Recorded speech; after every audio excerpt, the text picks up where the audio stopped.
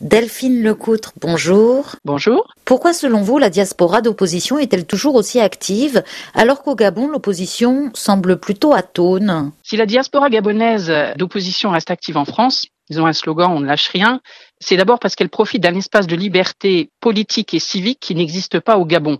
Là-bas, l'espace politique et civique est extrêmement restreint et contraint. Quels sont les modes d'action de cette diaspora? D'abord, ils organisent des sittings et des marches de la place du Trocadéro jusqu'à l'ambassade du Gabon à Paris.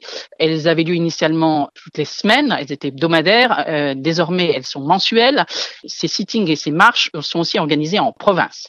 Ensuite, il y a des actions d'éclat qui sont menées par des petits groupes de Nchameurs. Nchameurs, c'est dérivé en fait du mot Nsam en langue fan, qui signifie désordre, bagarre, révolte. Donc ces Nchameurs mènent pacifiquement de véritables actions coup de poing.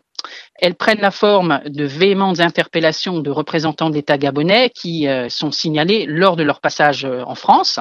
Ces Nchameurs occupent également des lieux symboliques du pouvoir gabonais sur le territoire français. Ils ont même à plusieurs reprises piétiné le portrait du président Ali Bongo à l'intérieur de l'ambassade, où ils ont aussi envahi le célèbre hôtel particulier Pozo di Borgo, qui avait été acquis par l'État gabonais en 2010.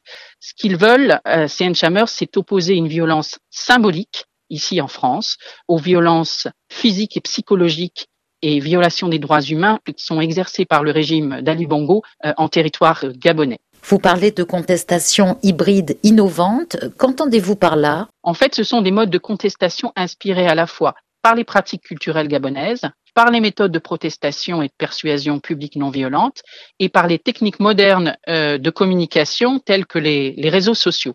À titre d'exemple, les sketcheurs congosseurs, le congosseur c'est un dérivatif du mot d'origine camerounaise qui signifie rumeur, commérage, ragot, et c'est très utilisé dans la culture gabonaise, et ces sketcheurs congosseurs utilisent donc le congossa pour parodier de manière humoristique et satirique les agissements du régime gabonais et les tournent en dérision pour mieux les dénoncer.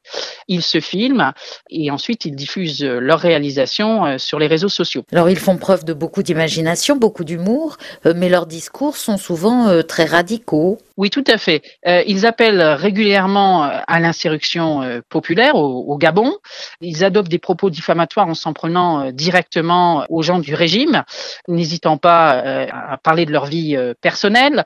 Ils n'hésitent pas non plus à multiplier en fait la diffusion de fake news, ce qui porte atteinte d'ailleurs à leur crédibilité. Et ils vont même jusqu'à dire qu'Ali Bongo est mort. Et à chaque fois qu'ils le voient à la télévision, ils disent que ce n'est pas lui, que c'est un sosie. D'autres sont persuadés qu'il est bel et bien vivant, mais ils posent tout de même la question de la vacance du pouvoir et interrogent sur qui dirige réellement le Gabon aujourd'hui. Tout ça tourne non-stop en boucle sur les réseaux sociaux. Mais n'étant pas plutôt dans une bulle médiatique, quel est l'impact au Gabon de toutes ces actions ?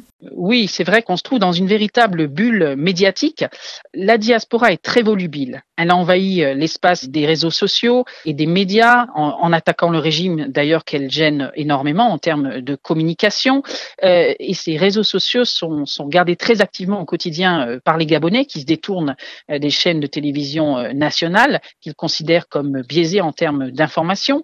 Donc toutes ces vidéos qui sont balancées, les lives qu'ils diffusent au quotidien sur les réseaux sociaux, ça apporte beaucoup de dynamisme à cette contestation politique et ça auto-entretient la flamme de l'alternance démocratique, ça montre leur détermination, enfin ça maintient une grande pression sur le régime et c'est vrai que tout ça finalement ça a un impact, mais il ne faut pas oublier que c'est pas eux qui mènent la lutte au quotidien.